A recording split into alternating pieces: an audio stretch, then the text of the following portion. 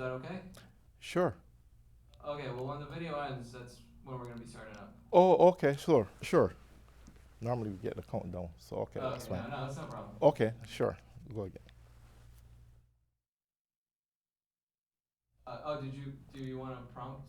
Oh, well, normally we used to get the countdown, but I will start as soon as the video roll again, if that's fine with you, or Yeah. yeah, sure. Well, roll the video again, and I'll start. Okay, cool. Sure.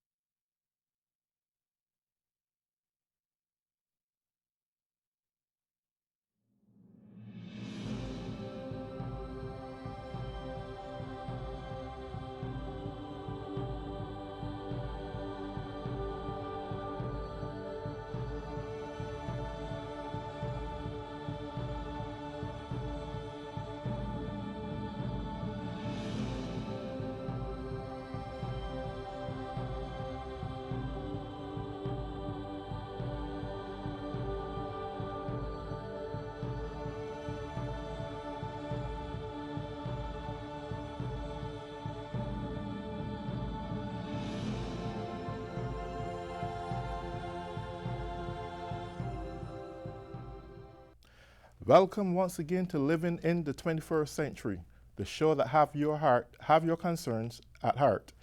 Today in the studio with me is Professor Dana John Beck from LaSalle College. Also joining me today is candidate at large Jean Claude for the Boston City Council. I want to welcome you both to today's show, Living in the 21st Century. Thank you. Today's topic is terrorism, and this is a serious topic that basically have everyone's heart at mind today because we are living some very serious times. And Dr. John Beck, I just want to ask you a few questions. What's your feeling about terrorism today, considering the big migration out of Syria and going to the European countries and looking for help? What what would you have to say about that, viewing that it stems off somewhat from terrorism? So if you look at the situation in Syria, obviously the war has been going on since 2011, and you have had approximately 4 million Syrians migrate out of Syria and become refugees in neighboring countries, mostly in Jordan, Turkey, and in Lebanon. And some of those refugees have tried to make their way to Europe over the past few years. We've obviously seen a lot of media attention being focused on them the last few months. And it's really a tragic situation. I've met with many Syrian refugees over the last couple of years and heard their stories. And they are in very difficult circumstances, and their conditions have prompted them to try and find a better life across the sea. This has, of course, resulted in, tragically, in the loss of thousands of lives over the last couple of years. And perhaps the most disheartening aspect of all of this is once they reach their destination, to have some politicians saying that we need to be very careful, some of these refugees might have terrorism links, and to automatically assume the worst in those people who have truly been through a lot of bad, obviously, circumstances. Definitely. And this somewhat bothers me a little. I can remember 3 years clearly, approximately 3 years that Syrians were crying out to the United States for help. And there were mixed concepts and ideas whether the United States should go in and help. And we know for a fact that we can see clearly that the president didn't put too much into that. Unfortunately, it's a bad situation. I think that human beings need help when it's situations like this. And I'm somewhat worried that these people migrating out of Syria um, to look for a better life because of these terrorist acts, and when they get to their destinations of uncertainty, there's still not an answer to the question, even though they are accepted into some countries. It will take definitely a long time for they to really recapture what they would have lost. And unfortunately, I think that would have been avoided if the United Nations had made some kind of input in terms of helping these people. Yes, it was most terrorist oriented, but I think better could have been done at that point in time. Now, Jean, I know that you are running for city council in Boston, and I must say that you are a politician in this case. What would you have to say about that? Well, my views on the situations is heartbreaking, first of all. And I do feel sorry for the families who have no other ways but to take such a dangerous stretch with their kids and so on and so forth. Because I have, I have seen, and people of my country have also lived it as well. And when they have to get into the sea to really come to Florida, and so on and so forth, under the pressure of different regime back in Haiti, to come in here. And whenever consideration is not being granted to one group, it affected just about every single human being. Yes. So I do feel sorry for them. But I would also think that, we've seen what's going on in Italy, for instance, okay? The blacks coming from Africa. I definitely do think that the media should be focusing on all people that are impacted in terms of, migration as such, and not focusing on just a specific group, because you start creating biases in the midst of this whole, sad scenario that is being unfolded.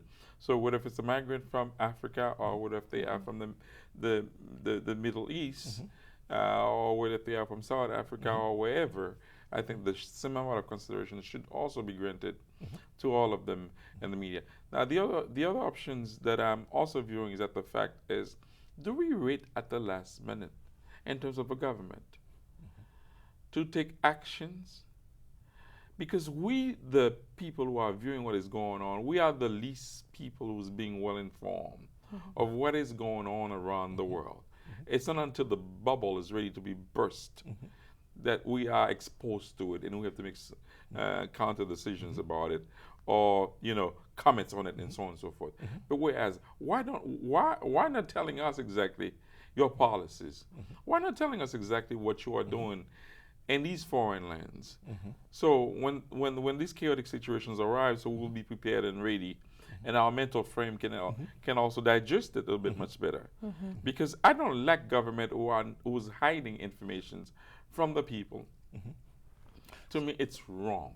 It's wrong, and you put us in a corner where we have to decide, where we have to be biased, and so on and so forth. So I think, to me, right there's a very big danger.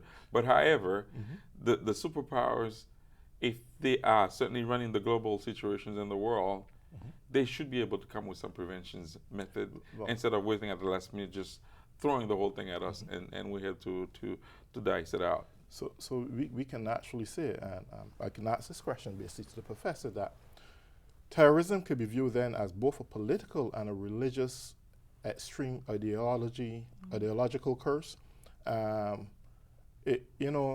What baffles me is that it isn't just a curse, but it's spreading its roots and cross-contaminating the younger generation through social media into schools, colleges. Educated kids now want to leave colleges and go and join organizations like ISIS and commit these hideous acts. So what is your opinion about somewhat introducing preventative measures into schools? And the reason why I ask that is that there shouldn't be an excuse for the kind of punishment that I'm going to ask for before the show is over. So before we could come up with a remedy, before we can come up with a punishment, let's get the remedy first. So what about introducing this program into schools, teaching about, let's say, the distraction to not only your loved ones, but the economic impact it has on security when government have to heighten security, and it take more money out of the taxpayers' pocket to do these kind of things. What would be your opinion and recommendation about that? Either one can ask that question. What do you think? Sure. Well, I would certainly rather listen to the expert on this field than I. But however, I think government certainly needs to go around the routine of doing preventions because prevention is cost effective. Prevention helps our society. Preventions release a lot of the burden that we have to face at the last minute. So exposing the kids to the reality of what we are doing is extremely important. You know, I was on a campaign trail and I met this lady and I said to her, listen, you happen to be a neighbor. I've hardly come together and sit down with you and chat with you and so on and so forth. And sometimes our behavior as far as adults is affecting the next generations to come. We're not being the right role model for them. And therefore, if you and I happens to be two neighbors, we don't get along fine. What kind of example do we lead for our children? And later on, we heard that they are fighting, they are committing crime, and so on and so forth.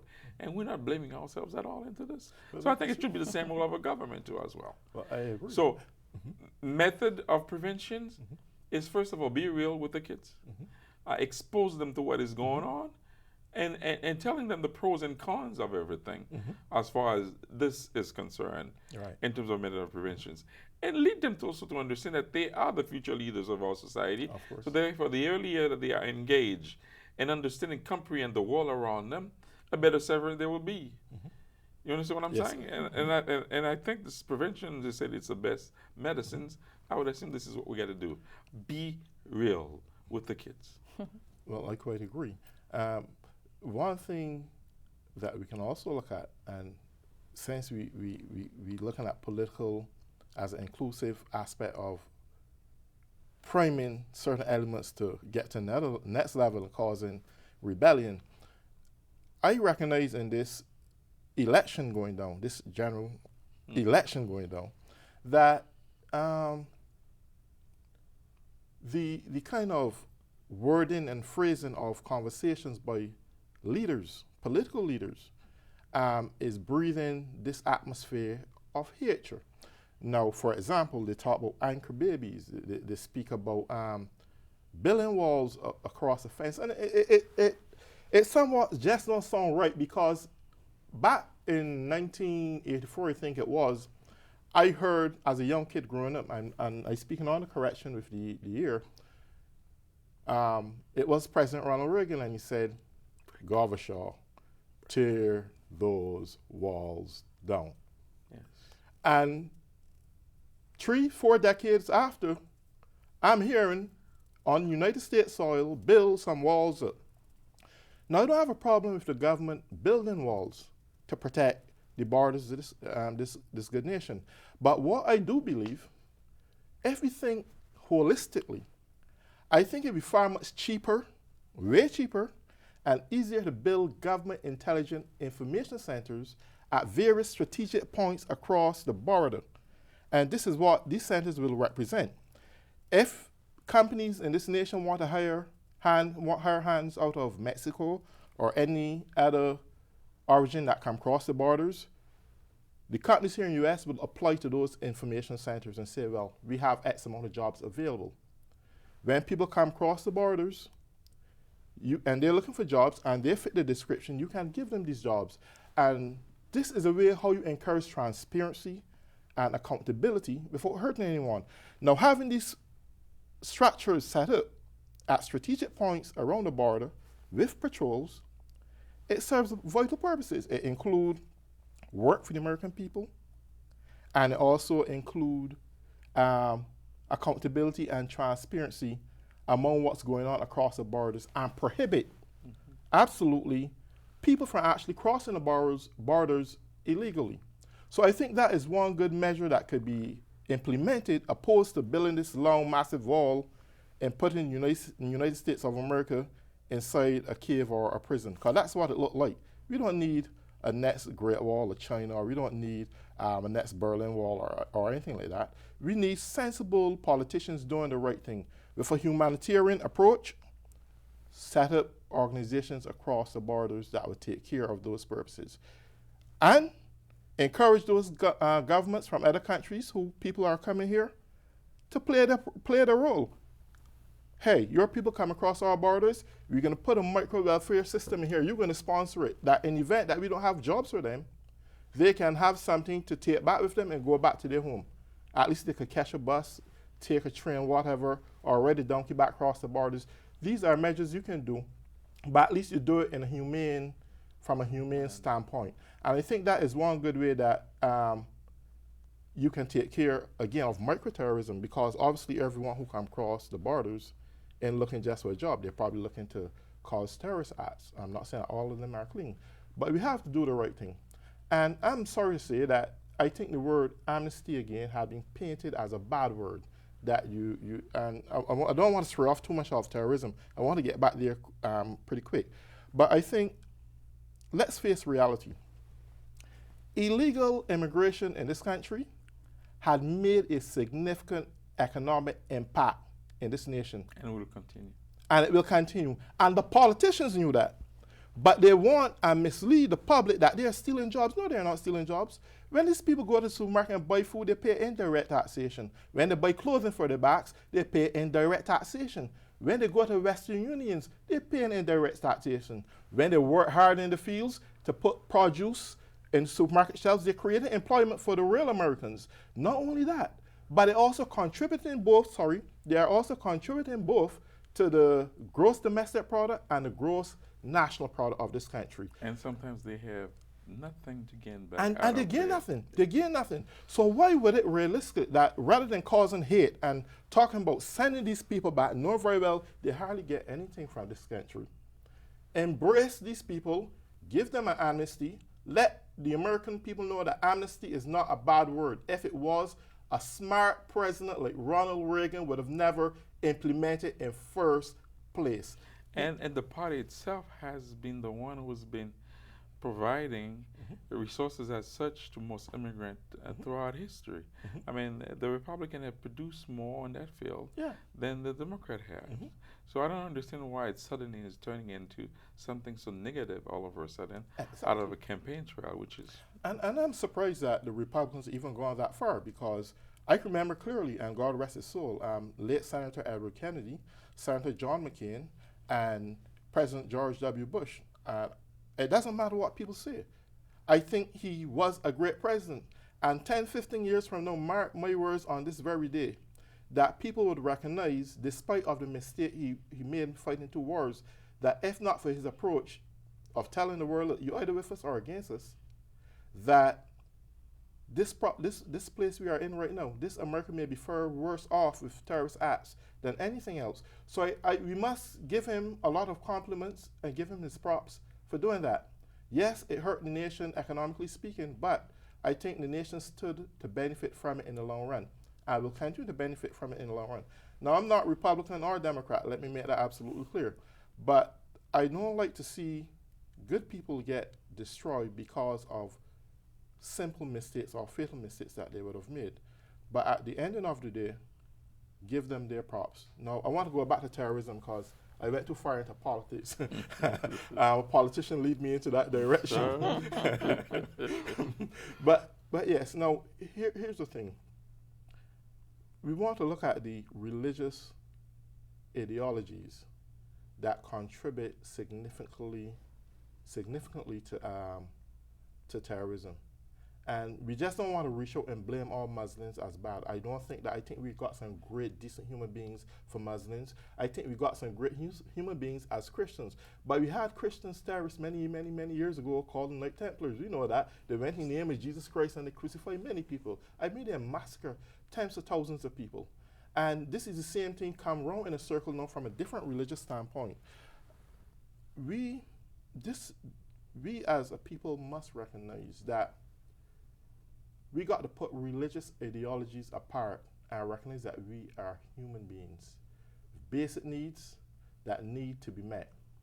And we should embrace each other and love each other as a people and not being extreme in religious concepts. So what is your opinion on letting kids know as a preventative measure in school that when you die as a martyr, if there's such a thing, I don't know, that you ain't going to heaven and getting those 70 virgins.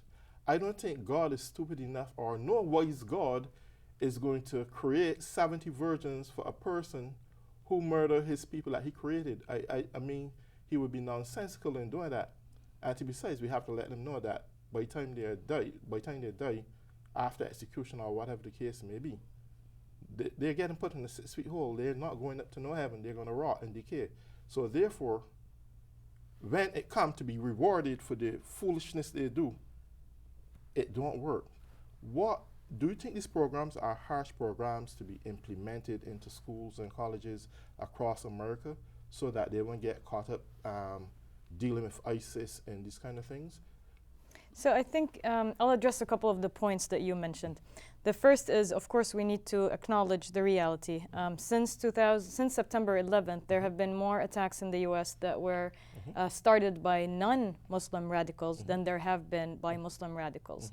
And even though the attacks by those who claim Islam as their faith, these attacks receive tons of media attention.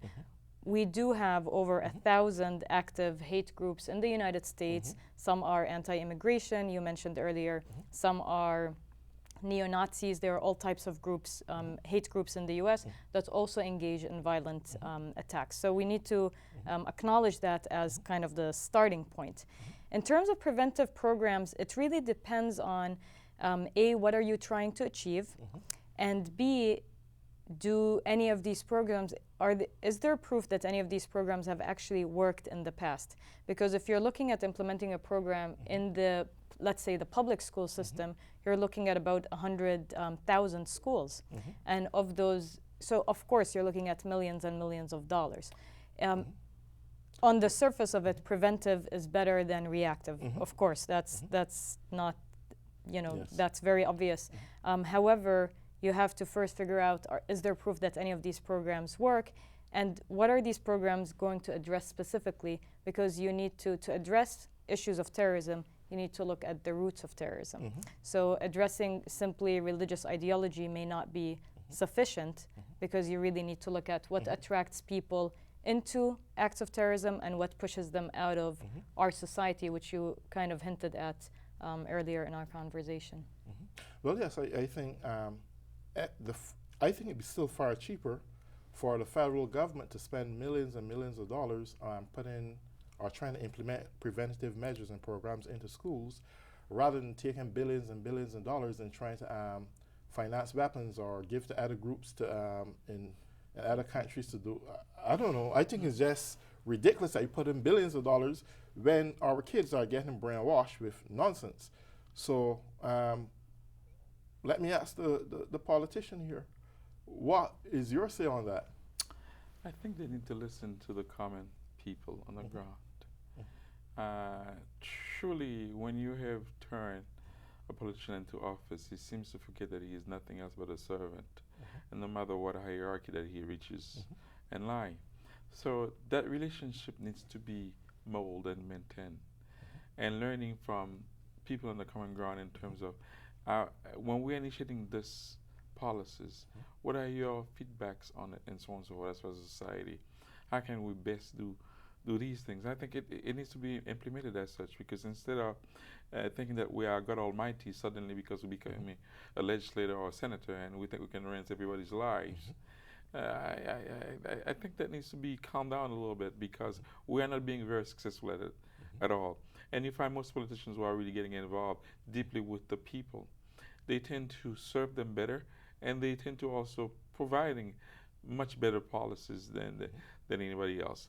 So I think we created too many monsters in the past as far as us politicians are concerned, and I think it's about time that we do a 45 degrees angle, coming back to nature in terms of realizing, wait a minute, if this method was not working, why don't we listen here and trying to do this one instead? To me, that's it. But it's so unfortunate. At times, all we do is getting the ideas from this expert here and that expert here, and forget about society, which is right in the middle. And I think we got to put the puzzle back together and trying to fit it in, and be a normal society once again. Correct. You know, well, even at this point, though, I would like to just pause for a second and just extend our hope that the Frederick Stoneham family from Newton, Mass, who would have passed away tragically in the, which was Dr. Frederick and Mistress Frederick Stoneham from Newton, Mass, who would have passed away in 1974 in a TWA Flight 841 flying from Tel Aviv to New York. They lose their lives tragically because of a terrorist attack. So I hope and pray that their family, even though it's 40 years or such, so long, that their families would, you know, prosper in every way, and continue to pray to God for strength and energy to overcome. You always need the loved ones, you know. So basically, we are close approaching rapid time, like three minutes left. And Professor, would there be anything you would like to add before I see you in the future again on equality? I got carried away speaking my own mind on some areas that strayed from terrorism, but I think it was wise to touch it because we see the anger that is building up recently because of political talks and so forth amongst politicians and immigrants. And I only think I myself, who is an immigrant to this country, I think it's only fair that this nation, to say that this nation was built by immigrants and a lot of intellectuals that come amongst the immigrants. So we have to love each other. Despite of wherever we come from, we must love each other. So I want to thank Eugene Claude, for city councilor, potential city councilor, for coming here this evening and joining me. And certainly, Professor John Beck, I really appreciate your input. And I'm sure that next week we meet again. We will really have a nourishable conversation to go on. This was nourishable, but a more in-depth conversation on equality, because we need to establish that right across the borders. So to all those who are at home, I want to say thank you very much for watching us again here on Living in the 21st Century. And I'm hoping to join with you next week once more to discuss equality. Thank you very much. Have a nice day. God bless. Take care.